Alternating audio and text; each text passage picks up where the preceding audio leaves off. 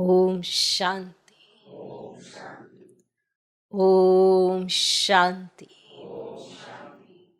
आज की तारीख है 1 सितंबर 2023। सितंबर मास का पहला दिन। साकार महावाक्य। बाबा कहते, मीठे बच्चे, देहे सहित सबकी याद भूल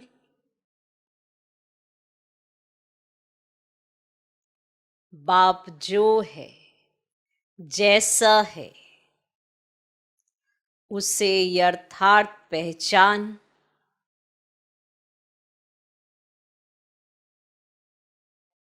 स्वयं को बिंदी समझ,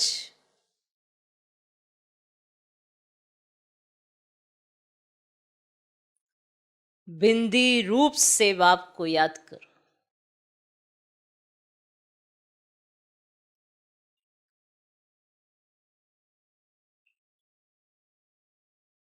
बाबा कहते, मीठे बच्चे, देह सहित सबकी याद भूल बाप जो है जैसा है उसे यथार्थ पहचान, स्वयं को बिंदी समझ, बिंदी रूप से बाप को याद करो।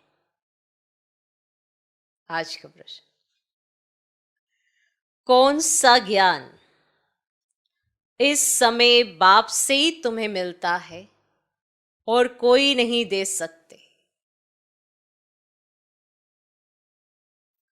कौन सा ज्ञान इस समय बाप से ही तुम्हें मिलता है और कोई नहीं दे सकते?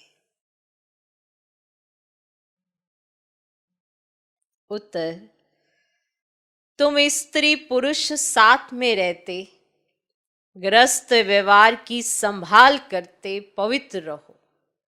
ये ज्ञान अभी इसी समय बाप तुम्हें देते हैं। तुम स्त्री पुरुष साथ में रहते, गृहस्थ व्यवहार की संभाल करते पवित्र रहो। ये ज्ञान अभी इसी समय बाप तुम्हें देते हैं और कोई ये ज्ञान दे नहीं सकता। और कोई ये ज्ञान दे नहीं सकता। तुम्हें दान तो 5 विकारों का करना है, लेकिन मुख्य है काम, जिस पर पूरी विजय पानी है। सर्वशक्तिमान बाप की याद और श्रीमत पर चलने से ही वह ताकत मिलती है। सर्वशक्तिमान बाप की याद और श्रीमत पर चलने से ही वह ताकत मिलती है।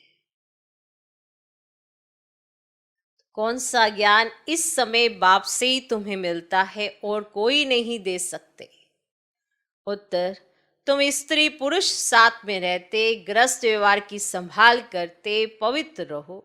ये ज्ञान अभी इसी समय बाप तुम्हें देते हैं और कोई ये ज्ञान दे नहीं सकता। तुम्हें दान तो 5 विकारों का करना है, लेकिन मुख्य है काम, जिस पर पूरी विजय पानी है। सर्वशक्तिमान बाप की याद और श्रीमत पर चलने से ही ये ताकत मिलती है। आज का गीत है, दुखियों पर रहम करो। ओम शांति। वही बाप बैठ बच्चों को समझाते हैं। कौन है ये बाप? ये बच्चे जानते हैं जिनके सम्मुख बाप बैठे। अब तुम बच्चों की बुद्धि का योग बेहद के बाप तरफ है। बुद्धि का योग अभी हद के बाप से तोड़ना है। सारी दुनिया के जो भी मित्र संबंधी हैं, बल्कि इस देह को, दुनिया को, सबको भूलना है। ये बाप के डायरेक्शन मिलते हैं। बाप बच्चों को कभी नहीं भूलते। बाप तो कहते हैं, भक्ति मार्ग में भी तुम भक्तों की हम संभाल करते आए हैं, परंतु ड्रामा अनुसार तुम बच्चों को भूलना ही है। भुलवाती है माया, हम आत्मा है, ये भी रावण भुला देते हैं, देह अभिमानी बना देते हैं। ये तुम बच्चों का पाठ है। ऐसे नहीं कि तुम वहां सिर्फ बाप को भूल जाते हो, परंतु वह जो है, जैसा है, उस बाप की याद और सुख देने का ज्ञान भूल जाते हो। अभी तुम जानते हो बाबा कल्प कल्प आते, बाबा कैसा है, ये भी बुद्धि में धारण करना है। मनुष्यों ने तो शिवलिंग का बड़ा चित्र बना दिया है, और सभी के चित्र तो ठीक हैं, जैसे ब्रह्मा और विष्णु शंकर का भी चित्र भी ठीक है, मंदिरों में पूजे जाते हैं, परंतु परम पिता परमात्मा का नाम, रूप, देश, काल जो है वह भूल जाते हैं, चित्र भी भूल जाते हैं। अभी तुम बच्चों को समझाया जाता है कि आत्मा बिंदी रूप है, स्टार मिसल बिंदी है, भृगुटी के बीच में रहती है, और बच्चे जानते हैं हम आत्मा है, और शरीर की भृगुटी के बीच मुझ आत्मा का स्थान है। ये तो सब मानेंगे, ये तो सब मानेंगे। बहुत सूक्ष्म बिंदी जैसी है, तो यह भी जानते हो परम पिता परमात्मा भी ऐसे बिंदी रूप ही होगा। खुद आकर समझाते हैं कि मैं भी बिंदी हूं, परंतु मनुष्यों ने बड़ा रूप ज्योतिर्लिंगम बना दिया है। अब जैसे बुद्ध का भी बड़ा लंबा चौड़ा रूप बनाते हैं, अब पांडवों के शरीर भी भक्ति मार्ग में बहुत लंबे लंबे बनाते हैं, इतने लंबे पांडव थे। और भक्ति मार्ग में लंबे चित्र होते हैं, माना जिनका भी चित्र आप देखेंगे ना, उनके बड़े लंबे लंबे चित्र। और ज्ञान मार्ग में छोटी चीज होती है। और परमात्मा कहते मैं बिंदी हूं। अब कहाँ कहाँ बहुत बड़ा लिंग भी रखते हैं, नहीं तो बिंदी की पूजा कैसे हो सके, और पूजा तो जरूर बड़ी चीज की होगी ना। तो तुमको अभी बिंदी रूप समझाया है, आप समझ में आए कि वो बिंदी है, लेकिन वो पूजा करने के लिए बहुत बड़ा बड़ा बना देते हैं। तो इन बातों को मनुष्य तो समझ ना सके, और तुम बच्चों को भी पहले यह समझ नहीं थी। अच्छा, अभी जब परिपक्व अवस्था हुई है तो समझाते हैं कि यह तो यथार्थ बात है। अगर शुरू से लेकर बाबा भी समझाते तो हम समझ नहीं सकते। अगर शुरू से ही बाबा कहते मैं बिंदी नहीं, ये ज्योतिर्लिंगम हटा दो, तो समझ नहीं सकते थे, क्योंकि बिंदी कोई चीज तो है नहीं, तो हम मानते नहीं। और परंपरा से शिवलिंग कहा जाता, ये फिर क्या है, अब बाबा बिंदी कह देता तो बाप समझाते हैं कि वह भी रोंग है। मैं जो तुम्हारा बाप हूं, मैं बिंदी हूं, और तुम्हारा भी बिंदी रूप है। और परंतु पूजा आदि के लिए बड़ा शिवलिंग बनाते हैं, आप बिंदी की पूजा कैसे करेंगे। अब आत्माओं का रूप भी शालिग्राम बनाते हैं, परंतु ऐसे तो है ही नहीं, तो आत्मा इतनी बड़ी हो ही नहीं सकती। तो आत्मा देखने में भी बड़ा मुश्किल आती है, नहीं इतनी बिंदी देखने में भी नहीं आएगी। अब ये समझने की बड़ी गुह्य बातें हैं। तो आत्मा भी बिंदी रूप है। अब इस छोटी सी आत्मा में 84 जन्मों का पाठ है, एक सेकंड ना मिले दूसरे से, और 84 जन्मों का पाठ सारा एक छोटी सी आत्मा में नूंदा हुआ है, अंडर है बिंदी में। 84 जन्मों का पाठ उस एक बिंदी में नूंदा हुआ है। बताओ, ये बड़ी कुदरत की बात है। सारा पाठ बिंदी में रहता है, हाँ? बिंदी के अंदर लगाना जरा, बिंदी बिंदी इसके अंदर है सारा पाठ।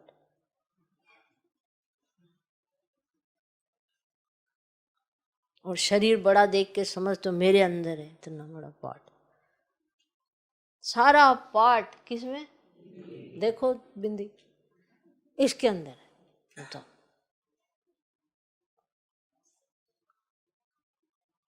तो कुदरत है ना, सारा पाठ किसमें, बुद्धि में। उस नाटक में भी पाठ बजाने वालों की बुद्धि में सारा पाठ रहता है ना, और वह है छोटा पाठ, और यह 84 जन्मों का पाठ भी अच्छी रीति समझना है, और फिर समझाने के लिए भी बड़ी युक्ति चाहिए।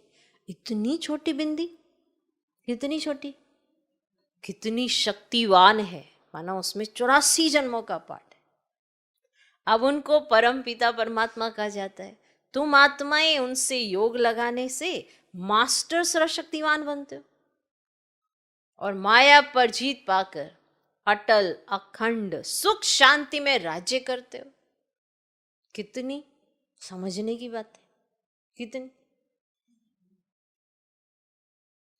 अब यह है पढ़ाई, ये पढ़ाई हो गई ना, ये जो समझाया बाबा ने, ये है पढ़ाई।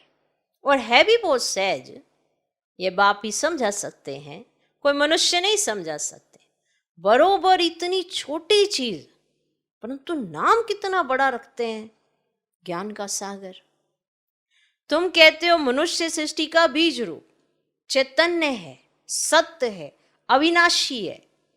अब कहते आते हैं, परंतु किसकी बुद्धि में नहीं आता कि वे क्या वस्तु है। अब गुण तो बहुत अथाह गाते हैं। अभी तुम बच्चे बाप के सम्मुख बैठे हो, जान गए हो।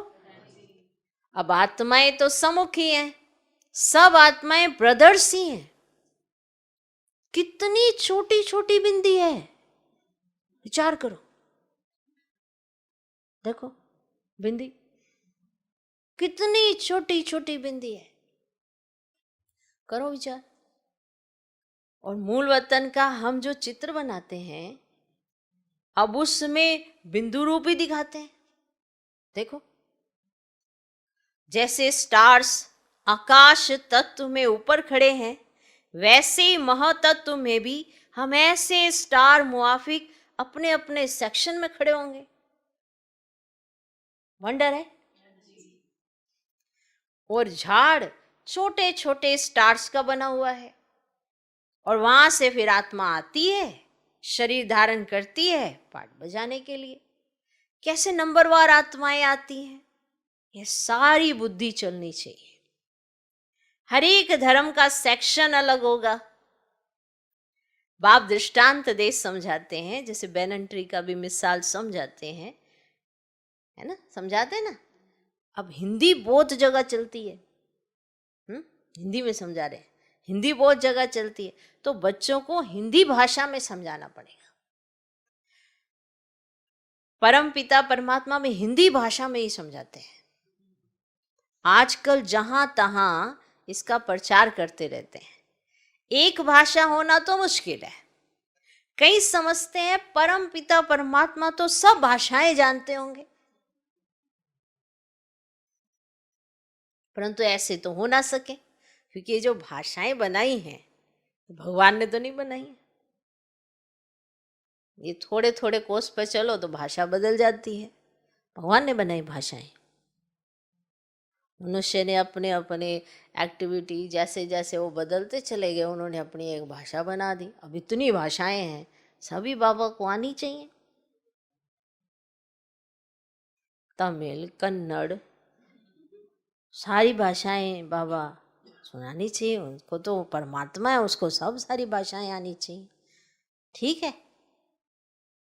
परंतु ऐसे तो हो ही ना सके। अथाह अनेकानेक भाषाएं हैं, तो सीखनी पड़ती हैं। परम पिता परमात्मा को तो कुछ सीखना नहीं है। जो इतनी सारी भाषाएं हैं वो सीखनी पड़ती हैं, और परम पिता परमात्मा को तो कुछ सीखना नहीं है। उन्होंने कल्प पहले जिस भाषा में समझाया है उसमें ही समझाते हैं। बाकी भाषाएं तो हर एक को पढ़नी होती हैं। बाप को पढ़नी होती है क्या? बाबा भी हर एक भाषा पढ़ने लगे। आज तो भैया उधर तमिल से आ रहे हैं, तमिल सीखनी पड़ेगी, कन्नड़ भी सीखनी पड़ेगी। बाप को भाषाएं सीखनी है क्या? हाँ बताओ, तो बाप को पढ़नी होती है क्या? तुम देखते हो शुरू से हिंदी चली है, सब हिंदी सीखते जाते हैं। भारत में हिंदी का प्रचार है, बाप भी हिंदी में समझाते हैं, फिर हर एक को अपनी भाषा में ट्रांसलेशन कर औरों को समझाना पड़े। बाप और बाप की रचना का परिचय सबको समझाना है। सभी का सदगति दाता व एक बाप है, यह सब जानेंगे बरोबर बाप आया हुआ है। बाप कहते मैं भारत में ही आया हूँ, आता हूँ ना। तो भारत हमारा बर्थ प्लेस है। शिव के मंदिर, देवी देवताओं के मंदिर भी यहाँ है, और देवी देवताओं का राज्य भी भारत में होता है। तो बाप भी भारत में आते हैं। देवी देवताएं धर्म की स्थापना यहाँ ही की है, तो मंदिर भी जरूर यहाँ चाहिए। तो औरों के इतने मंदिर नहीं होंगे, अब यहाँ तो बहुत मंदिर है। घर घर में लक्ष्मी नारायण का मंदिर, उनके चित्र बनाएंगे ना, और राधे कृष्ण का चित्र, राम सीता का चित्र, घर घर में ये चित्र रखते हैं ना, क्योंकि भारत में होकर गए हैं। परंतु उन्होंने कैसे राज्य लिया ये भूल गए हैं। चैतन्य में राज्य करके गए हैं। तो लक्ष्मी नारायण बैकुंठ के महाराजा महारानी हैं, तो उन्हों को राज्य किए कितना समय हुआ ये भी जानते हैं। और मुख से कहते भी हैं क्राइस्ट से 3000 वर्ष पहले देवी देवताओं का राज्य था। तो क्राइस्ट को 2000 वर्ष हुए ना। तो जो ऐसे कहते हैं उन्हें उसी बात पर समझाना चाहिए। अब कहते हैं क्राइस्ट से 3000 वर्ष पहले देवी देवताओं का राज्य था, अर्थात स्वर्ग था। ऐसे नहीं, क्राइस्ट भी उस स्वर्ग में था। पूछेंगे क्रिश्चियन लोग तब कहां थे, फिर वो पूछेंगे फिर क्रिश्चियन लोग तब कहां थे, यानी उन्हों की आत्माएं कहां थी। इस्लामी, बौद्धी, क्रिश्चियन आदि की आत्माएं सब कहां थी।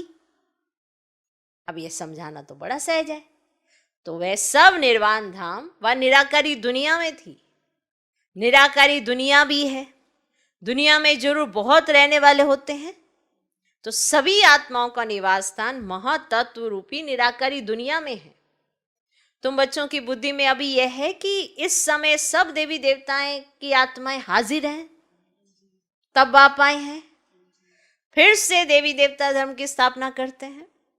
समझो कोई धर्म आता है तो पहले तो वह बहुत छोटा होता है, और छोटी छोटी शाखाएं निकलकर जब पूरी होती हैं तब यह तुम्हारा फाउंडेशन भी पूरा होता है। बीज और झाड़ का राज समझना तो बहुत सहज है, और समझाना भी बहुत सहज है। अच्छा, मनुष्य सृष्टि का झाड़ बहुत धर्मों का है, तो समझते भी हैं कि फलाना धर्म था तो फलाना धर्म नहीं था। अभी छोटे छोटे धर्म निकलते हैं, और आगे तो नहीं थे ना। अब छोटी छोटी शाखाएं तो अभी निकली हैं, तो यह भी तुम बच्चे जानते हो और कोई नहीं जानते। और आत्मा और परमात्मा का बिंदु रूप नहीं जानते, तो अभी बाबा ने तुम बच्चों को आकर समझाया है, और तुम कहते हो बाबा हम आपके बच्चे हैं। कल पहले भी आपसे मिले थे, तो आपके बच्चे बने थे। तो बच्चे बनते हैं ना, बाप से वर्षा लेते हैं। तो बाप कहते हैं तुम हमारे हो, और गोया अडॉप्ट किया, तुम मुख वंशावली बने, तुम सब अडॉप्टेड हो। तो बाबा भी ब्रह्मा मुख से कहते हैं तुम आत्माएं प्यारी हो, हमारी हो, हमारी हो इसलिए प्यारी हो। और तुम आत्माएं भी कहती हो बाबा आपने जो ब्रह्मा तन में आकर अपना परिचय दिया है, हम आपके हैं, कहती हो ऐसे। तो बाबा कहने से ही ना वर्षे की खुशबू आनी चाहिए, बच्चे ही कह सकते हैं। तो यह है ना प्रवृत्ति मार्ग। अब सन्यासियों के शिष्य बनते हैं, वे बाप बच्चे नहीं बनते, है ना। वर्षा बाप से जायदाद का मिलता है, और वे तो कहेंगे हमने गुरु किया है, अब गुरु से तो जायदाद का वर्षा नहीं मिलेगा। तो वे तो जायदाद को छोड़ जंगल में चले जाते हैं, है ना। वे जायदाद दे ही ना सके, वो तो खुद ही जायदाद छोड़ के जंगल में चले गए, तो वो थोड़ा जायदाद दे सकते। तो वे है ही ना निर्वृत्ति मार्ग वाले। तो बाप तो जायदाद देते हैं, उनसे कुछ नहीं मिलता, है ना। जंगल में जाएंगे तो सन्यासी कहलाएंगे, और तुम भी सन्यासी कहलाते हो। और वे हैं हठ योगी सन्यासी, और तुम हो राजयोगी सन्यासी हो। तो सन्यासी अर्थात 5 विकारों का त्याग करने वाले। सो तो तुम त्याग करते हो और फिर पवित्र दुनिया में चले जाते हो।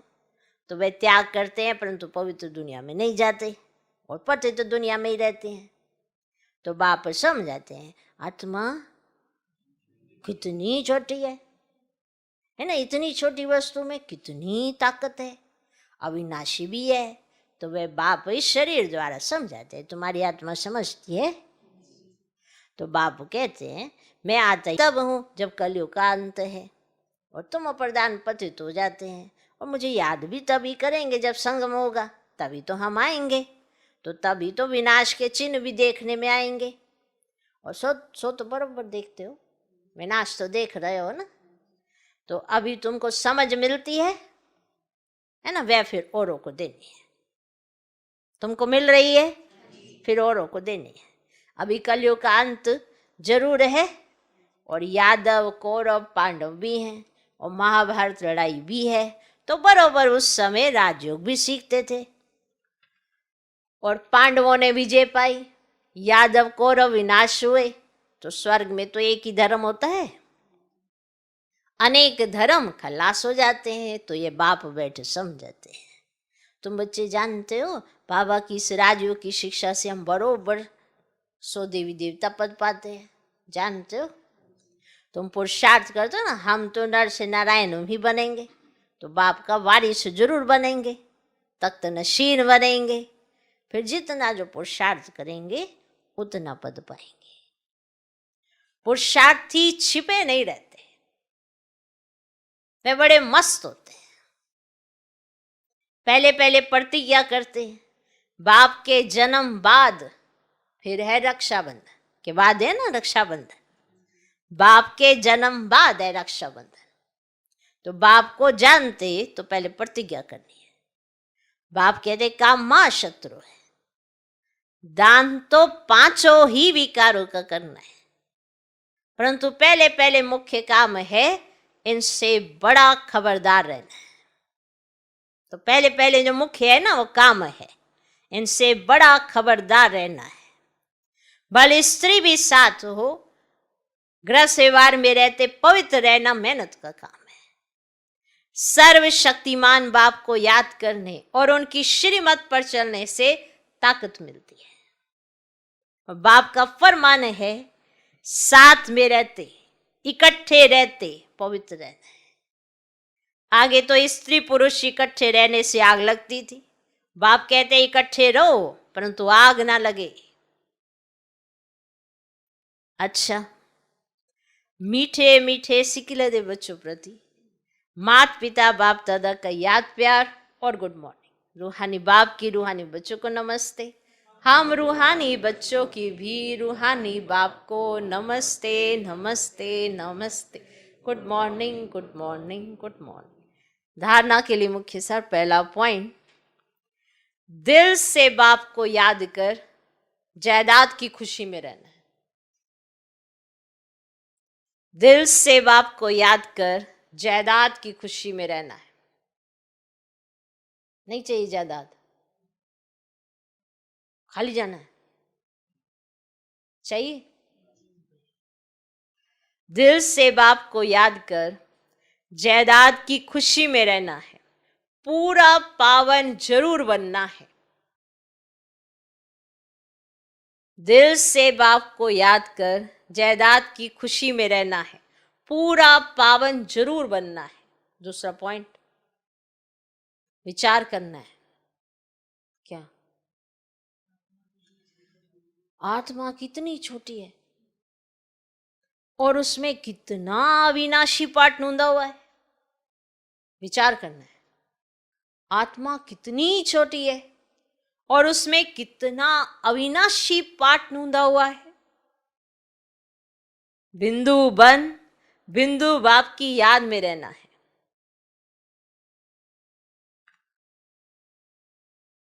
बिंदु बन बिंदु बाप की याद में रहना है। आज का वरदान, स्व इच्छा और दृढ़ संकल्प से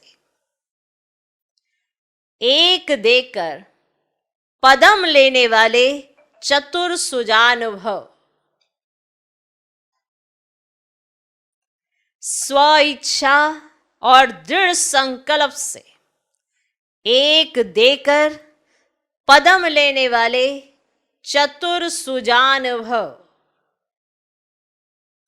चतुर सुजान बच्चे मिट्टी से भरे हुए सूखे चावल देकर, मिट्टी से भरे हुए सूखे चावल देकर एक का पदम गुना भाग्य बना लेते हैं। सिर्फ चावल देते और रिटर्न में सर्व शक्तियां, सर्व खजाने, 36 प्रकार से भी ज्यादा वैरायटी ले लेते। सिर्फ सूखे और मिट्टी से भरे हुए चावल देते और लेते क्या है? सर्व शक्तियां, सर्व खजाने, 36 प्रकार से भी ज्यादा वैरायटी ले लेते हैं। परंतु कई बच्चे वे भी देने के समय सोदामा के मिसल कच्छ में छिपा कर रखते हैं कि माना दिखाई ना दे। ना देने के बदले वो भी कच्छ में छिपा कर रखते हैं बगल में। बाप खींच कर ले सकते हैं, लेकिन खींच कर लिया तो उसका रिटर्न इतना नहीं मिलेगा। इसलिए स्व इच्छा और दृढ़ संकल्प से एक देकर पदम लेना, यही चतुराई है। क्योंकि देखो, देने का या करने का या पाने का सब कुछ जो भी है वो यही समय है, और किसी समय में आपको ये चांस नहीं मिलने वाला। क्या वंडर है! वैसे ही सच में बहुत बड़ा वंडर है। इसलिए स्व इच्छा और दृढ़ संकल्प से एक देकर पदम लेना, यही चतुराई है। इस देने में ही कल्याण है। आज का स्लोगन, साक्षी बन न्यारे होकर, हर खेल को देखने वाले ही साक्षी दृष्टा हैं। साक्षी बन न्यारे होकर, हर खेल को देखने वाले ही साक्षी दृष्टा हैं। माना जो आपके देखने का जो भाव है वो साक्षी भाव, न्यारा भाव, लिप्त नहीं होना है, साक्षी रहना है, न्यारा रहना है। और ये जो न्यारापन है वो आपको प्यारा भी बनाएगा। एक ऐसे ही कटे कटे से रहते हैं जो कहते हैं हमें कोई मतलब नहीं, उसे साक्षी भाव नहीं कहते हैं। उनको कोई मतलब नहीं, पर उनको वहां मतलब है जहां उनको कुछ चाहिए होता है, वहां उनको मतलब आ जाता है। साक्षी भाव एक ऐसा भाव है जो आपको परमात्मा के नजदीक लेके जाता है, और जो परमात्मा जिस अवस्था में बैठा है एकदम साक्षी दृष्टा, उस अवस्था में बिठाता है जिसमें आप सबको बड़े रूहानी दृष्टि से देखते हो, स्नेह की दृष्टि से देखते हो, लेकिन लिप्त नहीं होते। तो साक्षी दृष्टा किसे कहते हैं? न्यारे रहकर सबके प्यारे बनने वाले। तो ऐसा दृष्टिकोण रखना जो बाप समान हो, तो आपको ये खेल अच्छा लगेगा। वरना तो कहीं अपना मैंपन होगा, कहीं मेरापन होगा, तो वहां तो हो जाएंगे लिप्त, और जहां पे कोई मतलब नहीं होगा तो वहां किनारा करेंगे, और वो किनारे को ही समझ लेते हैं हम साक्षी हैं। किनारा करना साक्षीपन नहीं होता। बाप समान स्थिति में स्थित होकर सबके पाठ को देखते हुए लिप्त नहीं होना, लेकिन रूहानी दृष्टि और वृत्ति रखना, उसे साक्षी दृष्टा कहा जाता है। तो साक्षी बन न्यारे होकर हर खेल को देखने वाले ही साक्षी दृष्टा हैं। ओम शांति।